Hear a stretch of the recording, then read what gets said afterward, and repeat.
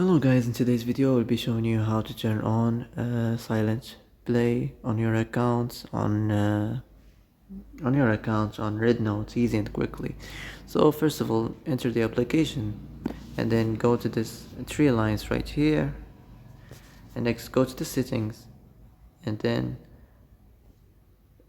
go to the general settings, and as you see here you will find this silent play. Click on it, and here as you see you can just turn it on easy and quickly. So that's how to turn on. It will be turned on successfully. That's how to turn on silent play. So that's it for today's video. I hope this is the answer you've been looking for. If you like this video, don't forget to like and subscribe, and see you in the next video.